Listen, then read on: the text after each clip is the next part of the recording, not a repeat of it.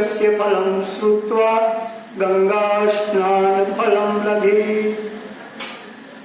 आज कार्तिक मास के शुक्ल पक्ष की द्वितीय यानी दूसरी द्वादशी तिथि, शुक्रवार, अश्विनी नाम का नक्षत्र, व्यतिपात नाम का योग, बालो नाम का कर्ण और मेष राशि पर भगवान चंद्रमा इस प्रकार से पंचांग श्रवण।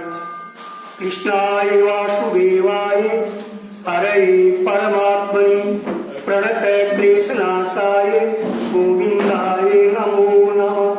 वसुदेवसुतं देवं कंसचाणूरमर्दनं देवकी परमानन्दं कृष्णं वन्दे जगद्गुरुं। नीलाम्बुजश्यामलकोमलाङ्गं सीतासमारोपितवामभागं पाणोमासायकचारुचापं नमामि रामं रघुवंशनाथं। सत्यनारायण भगवान की भजता क्यों नारे हरि नाम तेरी कोडी लगे नचिदाम। भजता हरि नाम तेरी कोडी लगे नचिदाम। दांत दिया है मुकरे की शोभा जीव गई रटना। दांत दिया है मुकरे की शोभा जीव गई रटना। भजता क्यों नारे हरि नाम प्रेण दिया है दर्शन करवा कान दिया सुन ज्ञान। प्रेण दिया है दर्शन करवा कान दिया सुन ज्ञान। भजता क्यों नारे हरि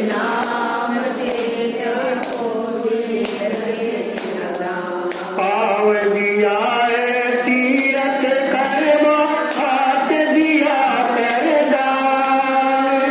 पाव दिया कल तीरथ करवा हाथ दिया कर दान। भजता क्यों नारे हरि कोडी लगे नचिधाम। शरीर दियो उपकार करण हरि चरणों में ध्यान। शरीर दियो उपकार करण हरि चरणों में ध्यान। भजता क्यों नारे हरि नाम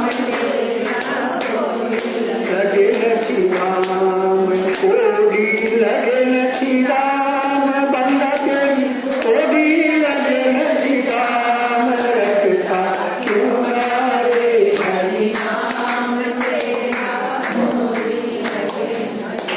श्री कृष्ण वाचे पुरावंती कहने लगे, उज्जैन नगरी में ब्राह्मण कर्म से रहित पाप युक्त कर्म वाला और बड़ी दुष्ट बुद्धि धनेश्वर नाम का एक वहां ब्राह्मण रहता था। रस कंबल चर्मादि और वह रस कंबल आदि का वाणिज्य यानी व्यापार करके अपनी जीविका कर रहा था। उसका चोर का संग करना, सुरापान करना ये आदत हो गई थी और उसका मन जो है संताप युक्त रहता था। महिषेण कृतापूर्वम तस्मान मायुष्मति सा। एक बार धनेश्वर व्यापार के कर्म यानी खरीदने बेचने के निमित्त देश देशांतर में फिरता हुआ माहेश्वती अर्थात माहेश्वरी नाम की नगरी को गया। वहां का राजा महिष और महिष राजा के द्वारा बसाई गई, इसी से उसका नाम माहेश्वती पड़ा। पापों का नाश करने वाली नर्मदा नदी की चारों तरफ परिखा हो रही थी। वहां गणेश्वर अलग अलग अनेक गांव से आए हुए कार्तिक व्रत करने वालों को देखा। देख करके और 1 महीना वहीं ठहर गए। सैनित्यम नर्मदा तीरे भ्रम विक्रय कारणात् वह अपना व्यापार करने के निमित्त माल बेचने के लिए नित्य नर्मदा नदी के तीर पर, यानी नर्मदा नदी के तीर पर वह भ्रमण करता था। नहा धो करके जप करके देवताओं की पूजा में लगे हुए ब्राह्मणों को देखता। विष्णु मुद्रा अंकिता कास्तिक माला तुलसी धारे हैं, कोई पुराण पढ़ रहे हैं, कोई पुराणों की सुनने में लगे हुए हैं, भगवान विष्णु के नृत्य गान बाजा आदि सुनने में लगे हुए। किसी को भगवान की मुद्रा से अंकित, किसी को तुलसी माला से धारण किए हुए लोगों को धनेश्वर ने बड़े कौतुक के साथ में देखा। देख करके मन में विस्मित हुआ। नित्य भ्रमण करते हुए धनेश्वर को विष्णुओं के दर्शन, स्पर्श, संभाषण और भगवान विष्णु के नाम संकीर्तन स्मरण होने लगा। और ऐसा करते करते 1 महीना मारा। 1 मास रह करके धनेश्वर कार्तिक की उद्यापन विधि और भक्ति के सहित भगवान हरि का जागरण देखा। पौर्णमासी को ब्राह्मण और गौ का पूजन आदि व्रत करने वाले पुरुषों की दी हुई दक्षिणा को और भोजन आदि को धनेश्वर ने देखा। ततो कार्यान्वयेचैव दीपोत्सव विधि तदा। पूर्णिमा को ब्राह्मण और गौ का पूजन करने वाले पुरुषों को और दक्षिणा दी हुई भोजन आदि को देखा। भगवान सूर्य नारायण अस्ताचल को जाने लगे। तो सूर्य अस्त होने के समय भगवान विष्णु की और भगवान शंकर की प्रसन्नता के निमित्त की हुई दीपदान की विधि भी धनेश्वर ने देखी। त्रिपुराणाम कृतोदाह यतस्तस्याम शिवेन तु। क्योंकि उस तिथि को, पूर्णिमा को भगवान शंकर ने त्रिपुर नाम के द्वारा यानी राक्षस से रचित तीनों पुरों को जलाया था। इसी से उस तिथि में भक्त लोग वहां उत्सव किया करते हैं। तथा पूजादिकम पश्चात ब्राह्मस्य धनेश्वर। इसी से उस तिथि में भक्त लोग बड़ा उत्सव किया करते हैं, त्रिपुरोत्सव। भगवान विष्णु में और भगवान शंकर में जो कोई अंतर मानता है उसकी संपूर्ण क्रिया निसंदेश निष्फल हो जाती है। प्रजा आदि को देखता हुआ ब्राह्मण धनेश्वर वहां भ्रमण कर रहा था, घूम रहा था। उसी समय जो है किसी की प्रतीक्षा नहीं करता है। उसी समय उसे काले सांप ने आकर के डस लिया, काट दिया। अब वह व्याकुल होकर के गिर पड़ा हुआ। उसे गिरा हुआ देखा। देख कर हमने नारद जी का स्वागत किया। नारद मुनि ने धनेश्वर को वहां देखा। देख करके हंस करके नारद जी ने कहा, नेवायम निर्यान भुक्तुम महो अरुण नंदन यस्मादंते संजातम कर्म पन्नीरस्यापहम। हे अरुण नंदन, ये नरक भेजने योग्य नहीं है,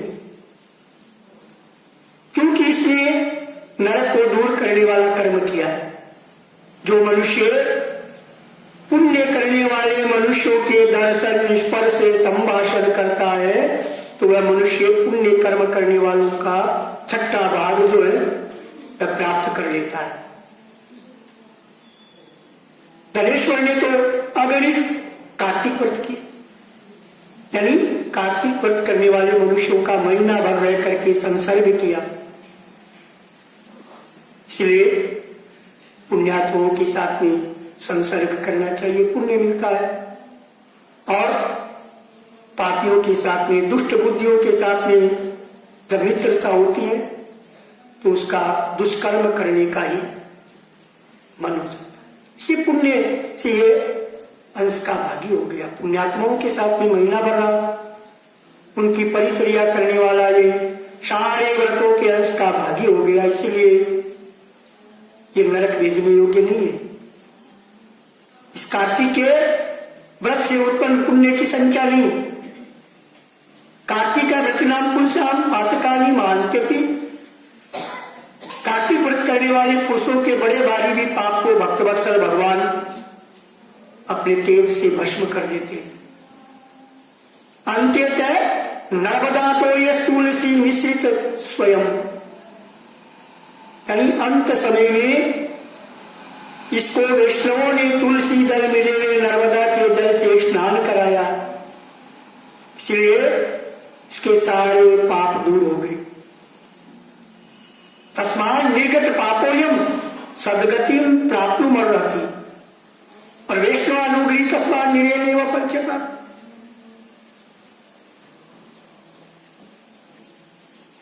नर्मदा के जल से इसे स्नान कराया, इसलिए इसके सारे पाप दूर हो गए। और पाप जिसके दूर हो गए, ऐसा ये धनेश्वर उत्तम गति पाने योग्य है। वैष्णव की इस पर कृपा है, इसके लिए नरक में पचने योग्य नहीं है। आर्ध शुष्के यथा पापे निरीय भोग सन्निधि। जैसे गीले सूखे पाप जो है, उन पापों से नरक भोगना होता है, वैसे ही पुण्य से स्वर्ग की निकटता प्राप्त होती है। इसलिए आर्ध पुण्य वाली यक्ष योनि में स्थित ये पापों का भोग दिखाने वाले नरकों को देख करके मुक्ति पावे। विलोक के निर्यान सर्वा पाप भोग प्रदर्शका। श्री कृष्ण उवाच इत्युक्त्वा गतवती नारदे शैशोरिद्वाक्य श्रवण। भगवान कृष्ण परमात्मा कहने लगे, इतनी बात कह करके यमराज जी को सारी बात बता करके नारद जी चले गए। तब उनके वचनों से धनेश्वर के सुकर्म जान करके यमराज ने अपने दूत के द्वारा उस ब्राह्मण को नरक दिखाने की इच्छा से फिर अपने पास में बुलाया। और बुला करके भगवान कृष्ण कहने लगे कि यम की आज्ञा का पालन करने वाले प्रेत पतियों ने सब नरक दिखाने की इच्छा से धनेश्वर को ले गए। ले जा करके और कहा, प्रेत पति बोला, हे धनेश्वर, पश्चिम आनीयम घोरान धनेश्वर महाभयान। हे धनेश्वर, ये भयानक बड़े बड़े नरक हैं। इन नरकों को देखो जिनमें पाप करने वाले मनुष्य यमदूतों के द्वारा पचाए जाते हैं। भयानक दर्शन वाला ये तप्त बालू का नरक है, जिसमें अंत समय में जली दे आए पापी जो है पीड़ा से चिल्ला रहे हैं, बलि विश्वदेव के अंत, अर्थात भोजन के समय क्षुधा से पीड़ित। अगर घर में रसोई तैयार हुई हो और दरवाजे पर कोई अभ्यागत स्त्रियों नाना पापे प्रपद्यते। नरक के 6 भेद है, और ये नरक जो है अनेक प्रकार के नाना प्रकार के पापों से मिलते हैं। अंधकामिश्र नाम का ये नरक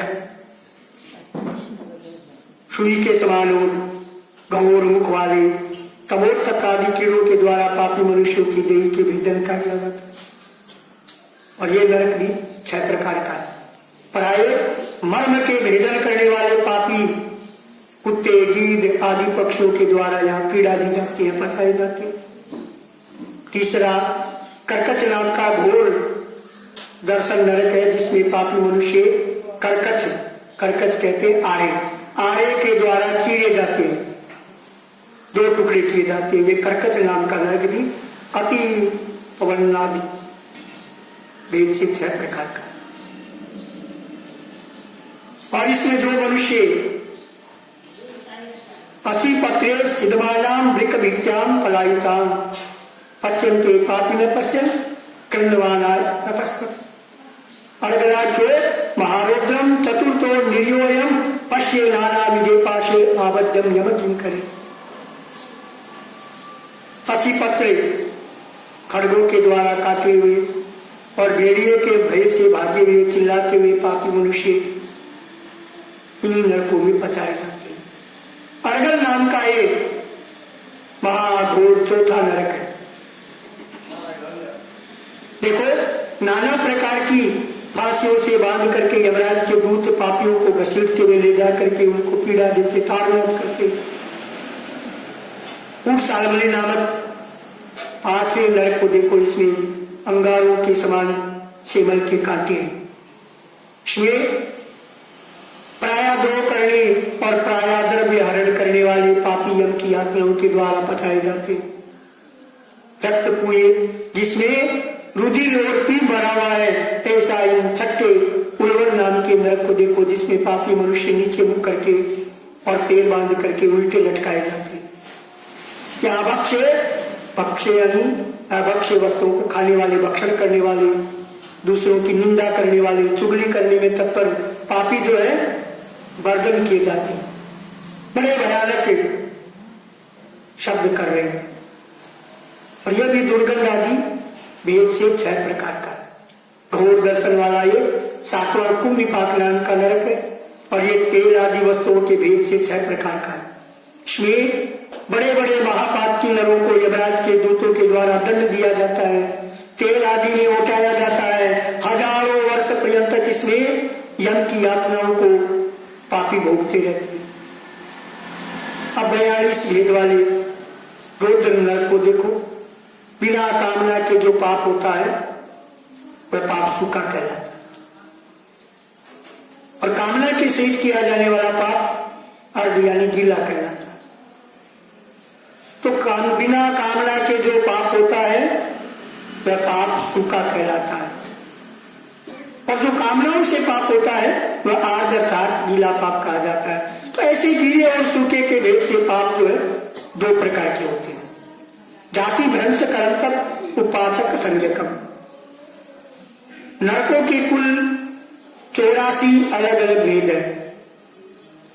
अतीर्ण और पंक्तिमलिका, जाति भ्रंश कर, उपातक, अति पाप और महापाप, ये 7 प्रकार के पाप है। इन 7 के करने पर मनुष्य मात्र 7 नरकों में पचाए जाते हैं। और धनेश्वर से ये बात बता रहे कि तुम्हारा जो है कार्तिक व्रत करने वाले पुरुषों से संसर्ग हुआ, उसी के समूह से तुम्हारे पुण्य से पाप जो है दूर चले गए। भगवान कृष्ण परमात्मा सत्य भामा से बता रहे, धनेश्वर को यमराज के दूत नरकों को दिखा करके प्रेतपति उस धनेश्वर को यक्षों के लोक में ले गया, और ये यक्षों का स्वामी हुआ। धन दस्यानुगम सोयम धन यक्षेति विश्रुत है। धनेश्वर धन यक्ष नाम से प्रसिद्ध धन यक्ष। पापों को करने वाला मनुष्य भी कार्तिक व्रत करने वालों के दर्शन मात्र भी अवगर कर लेता है तो मुक्ति की प्राप्ति होती है। कार्तिक के व्रत, स्नान और भगवत दर्शन, पुण्य आदि करने से अति उत्तम भगवान की लोक की प्राप्ति होती है। ये पद्म पुराण में आया हुआ कार्तिक महात्म के अंतर्गत ये 26 और 27 2 अध्याय तक का महात्म्य भगवान नारायण के चरणों में समर्पित हुआ। सत्यनारायण भगवान, आनंद कंद भगवान, श्री कृष्ण गोविंद हरे